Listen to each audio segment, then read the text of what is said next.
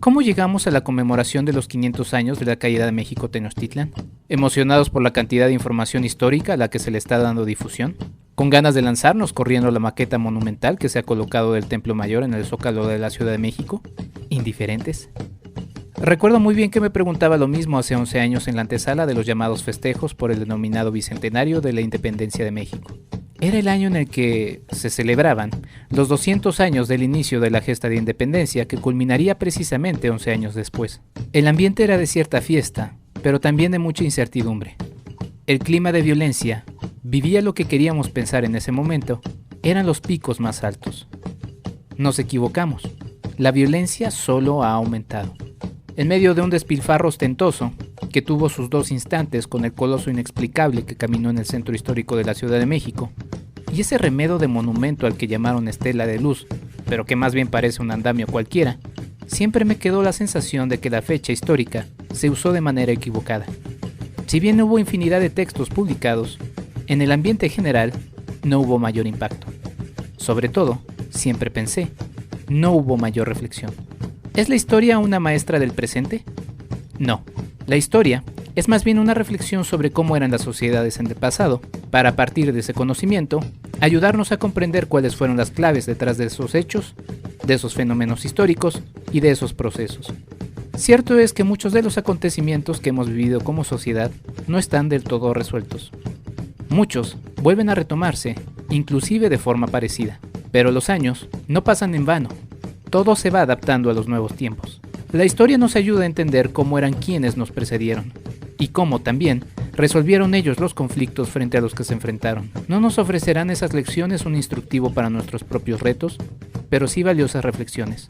Este es el episodio 10, último de los especiales que hemos dedicado en Enrique Figueroa MX a la ruta emprendida por la película 499 de Rodrigo Reyes, grabado el 13 de agosto de 2021. A 500 años de la caída de México Tenochtitlan, el tema es feminicidio y corrupción. Esto es el podcast de Enrique Figueroa MX. www.enriquefigueroa.mx. Muy buenos días, tardes o noches. Mi nombre es Enrique Figueroa Anaya y estamos en esto que es el podcast de Enrique Figueroa MX. Y estamos ya en el 10º episodio de este seguimiento a la ruta que emprendió el documental 499 de Rodrigo Reyes. Y el tema, como ya escucharon, es feminicidio y corrupción. Tengo el gusto de saludar a Rodrigo Reyes una vez más. Rodrigo, ¿cómo estás? Muy bien, Quique, muy bien. Aquí cerrando este ciclo, 13 de agosto del 2021, un día emblemático y muy alegre de poder reenfocar este aniversario en el presente urgente, ¿no? Que se encarna en el caso de Fátima y de las vivencias de la familia Quintana Gutiérrez.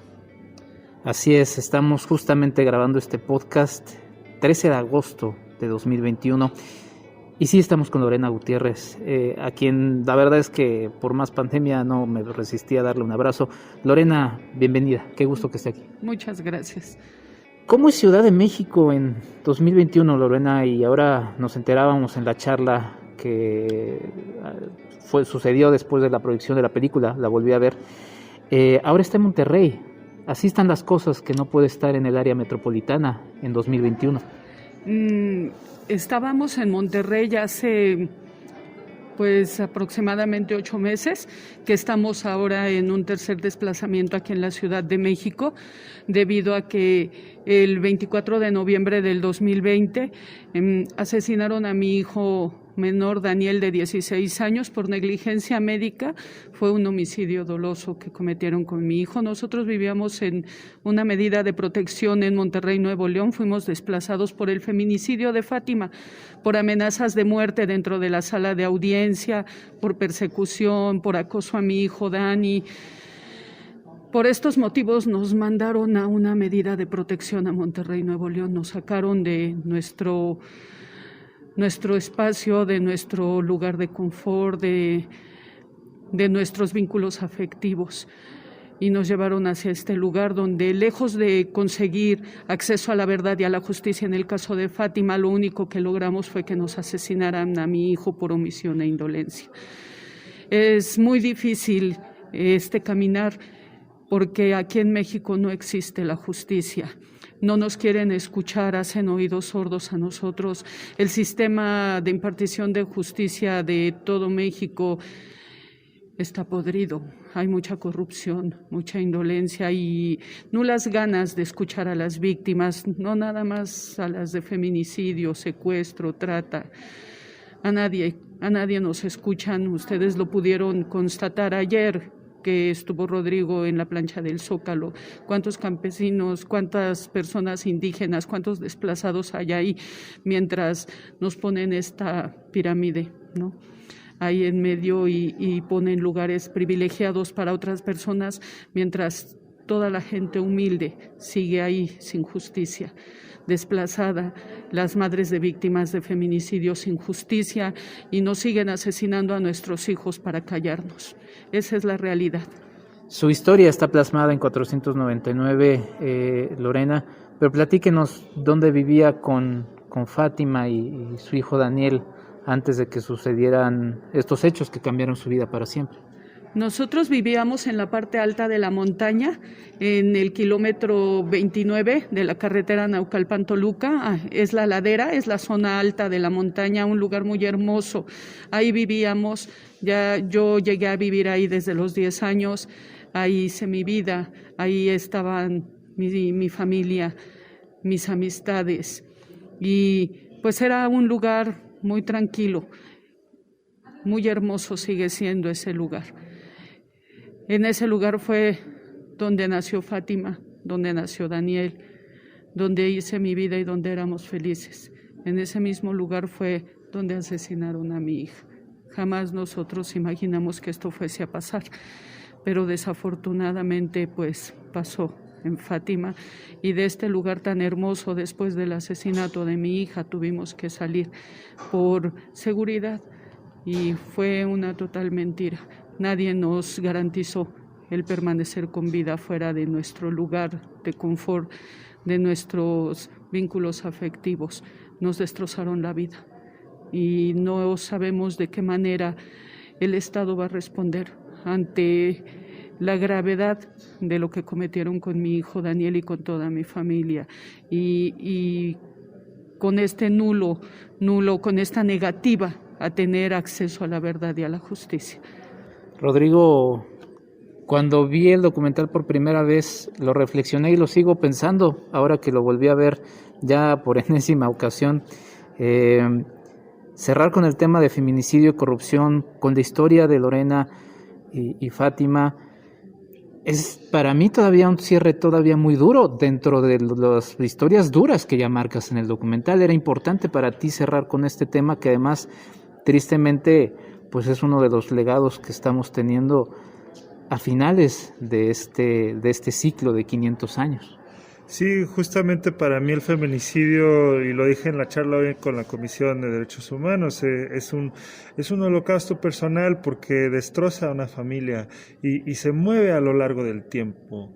O sea, esta idea de trascender el momento, ¿no? de una historia que palpita y vive y se siente en toda la familia de la señora Lore y que se va a sentir de ahora en adelante. Siempre tendrán esa carga y esa piedra de ese dolor.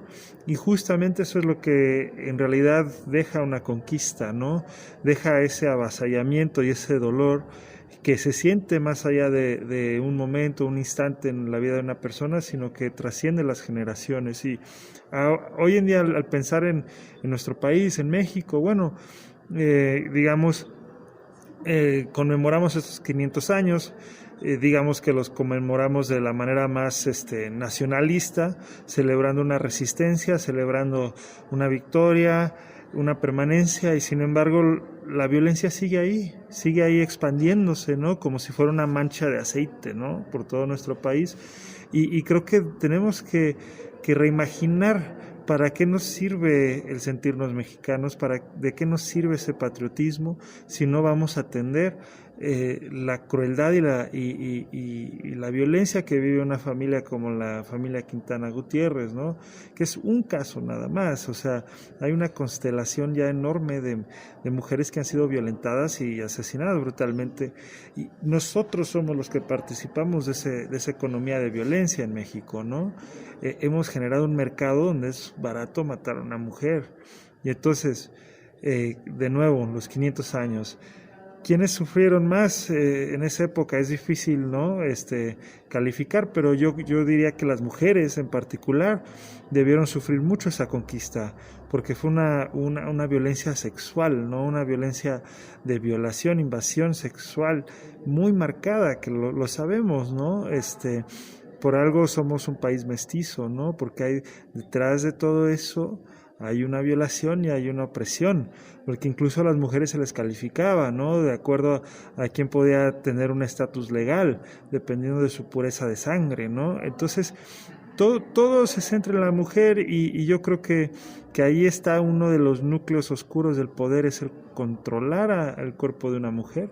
Es fundamental para que tú puedas ejercer autoridad, ¿no? Tienes que controlar este espacio femenino, lo tienes que violentar y machacar y demostrar que vale lo que tú quieras, ¿no? Que valga, que tú eres el que adjudica el valor en el mercado de una mujer, y lo estamos viendo hoy en día, a lo mejor a una escala personal, ¿no? A una escala de barrio por barrio, y justamente por eso creo que está creciendo tanto, porque no nos damos cuenta de la crisis en la que estamos. Es una crisis inmensa, ¿no? Al vivir en un país donde una mujer puede ser asesinada sin que importe su clase social, su estatus, la locación, su edad.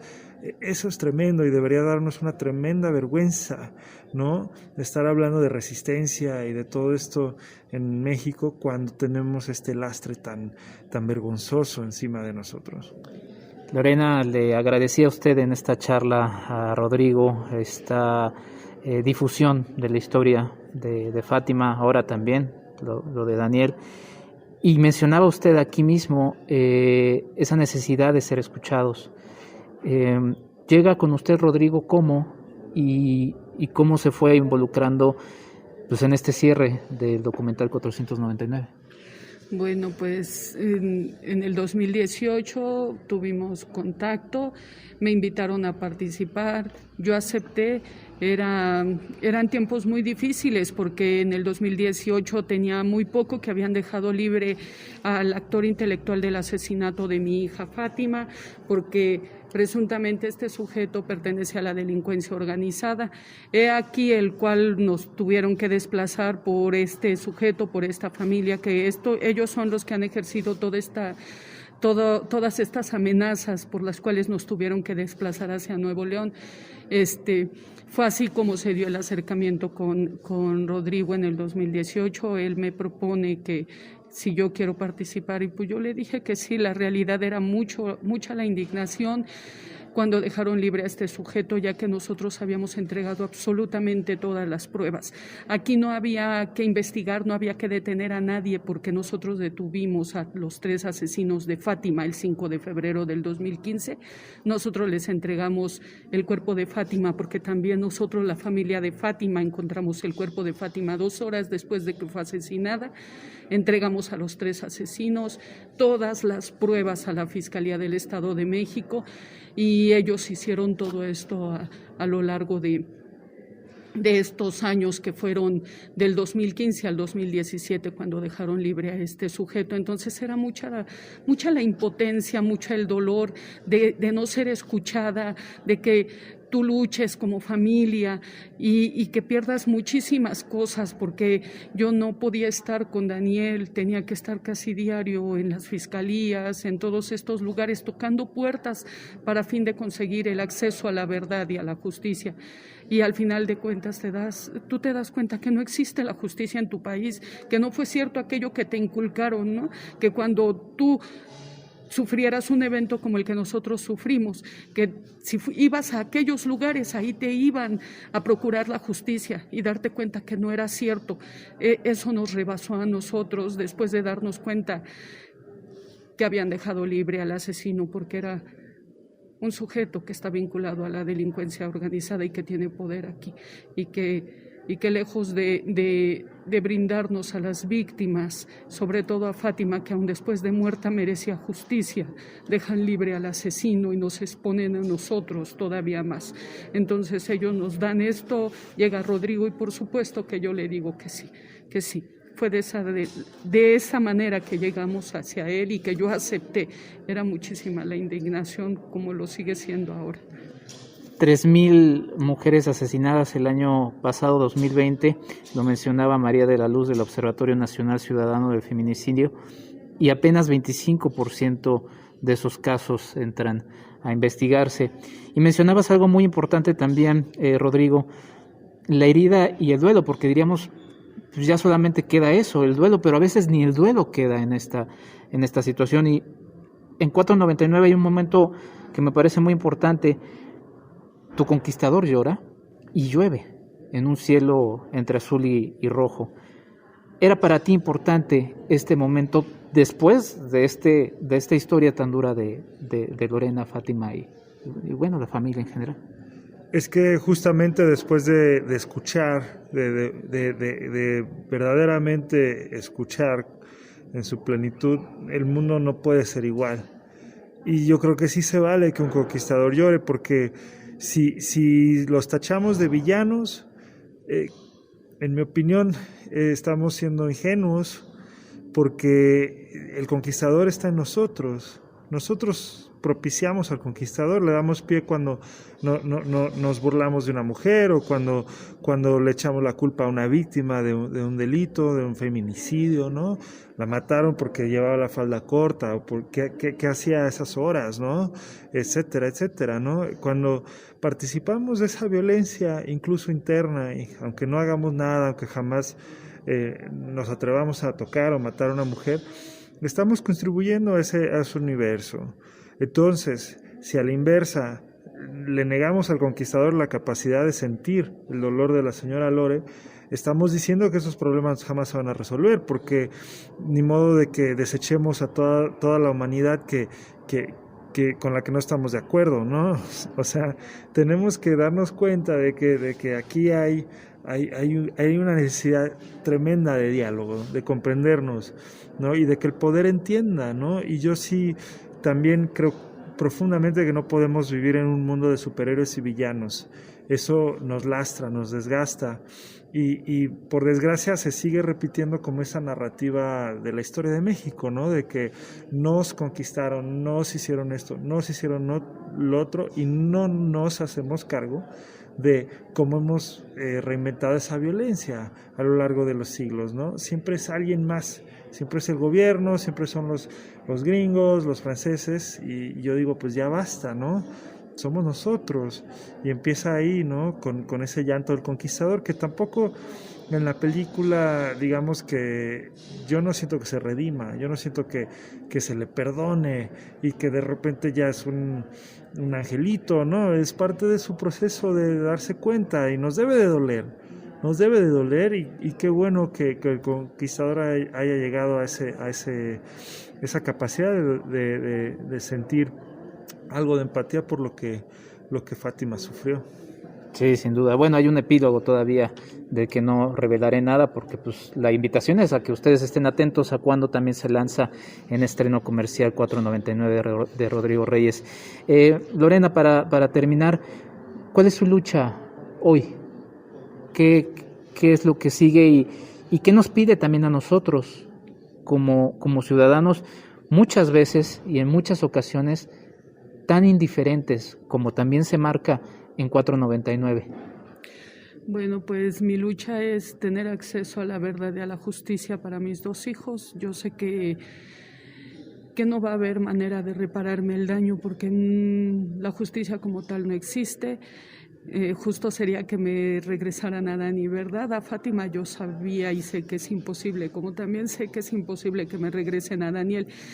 Lo justo es que paguen todos y cada uno de los que cometieron primero el feminicidio de Fátima y causa y efecto de la muerte de Daniel, que también paguen los que cometieron omisión y asesinaron a mi hijo. Esa es mi exigencia para el Estado, para la sociedad también. El Estado, todos formamos parte del Estado, ¿verdad? Para las sociedades, que dejen de ser apáticos, que sean empáticos y que tengan sororidad. Todos estamos expuestos. Hoy le tocó a Fátima y a Daniel, mañana pueden ser sus hijos, sus sobrinos, sus madres al salir. Yo lo que quisiera es que todas las mujeres, cuando saliéramos de casa, tuviéramos la certeza y la seguridad de que vamos a regresar con vida. Gracias, Lorena. Y gracias, Rodrigo, por esta reflexión. Ya lo mencionaba yo, grabar estas charlas en una fecha tan emblemática como la de hoy, 13 de agosto de 2021, es un regalo y te agradezco mucho por esto y por esta oportunidad de charlar en estos episodios. Y pues nada, a seguir el camino de 499. ¿Algo más que quieras agregar, Rodrigo? No, yo les invito a todos a que nos apropiemos de nuestra historia, que nosotros la escribamos, que nosotros seamos los dueños del futuro de nuestra vida y de nuestro país, ¿no? Creo que hay un potencial tremendo, ¿no? Y la película lo dice: cerremos el tiempo y abramos otro, ¿no? Abramos otro tiempo en potencia, y creo que estamos ahí, ¿no? Qué mejor momento que un aniversario para reiniciar, ¿no? Y la búsqueda y emprender un nuevo futuro. Lorena Gutiérrez, muchas gracias. Gracias a ustedes, gracias a Rodrigo, gracias a 499. Gracias, Rodrigo, gracias, de verdad. Y gracias, Rodrigo. Gracias, Quique. Gracias, señora Lorena, por estar aquí. Es un placer verla y poder saludarla y abrazarla. Con esto nosotros cerramos estos 10 episodios y pues bueno, seguramente todavía habrá más charlas con respecto a 499 ya rumbo a su estreno comercial. Yo soy Enrique Figueroa Anaya, esto es el podcast de Enrique Figueroa MX y este es un momento para pensar, para reflexionar. Hasta la próxima. Esto fue el podcast de Enrique Figueroa MX. Hasta la próxima.